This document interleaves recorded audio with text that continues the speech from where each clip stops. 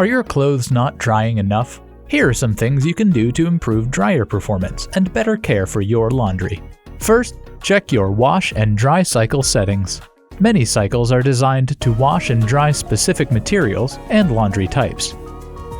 You can set things like dryness, dry time, dry prep, and wrinkle prevent to change from the default settings.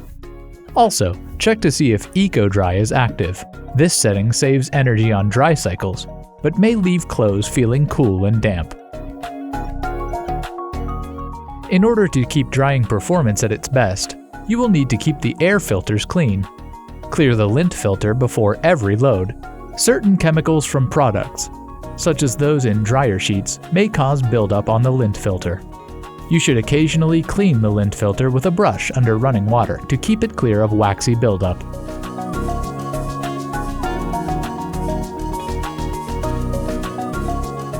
Also, regularly check the vent duct and clear any buildup of lint and debris, at least once or twice yearly.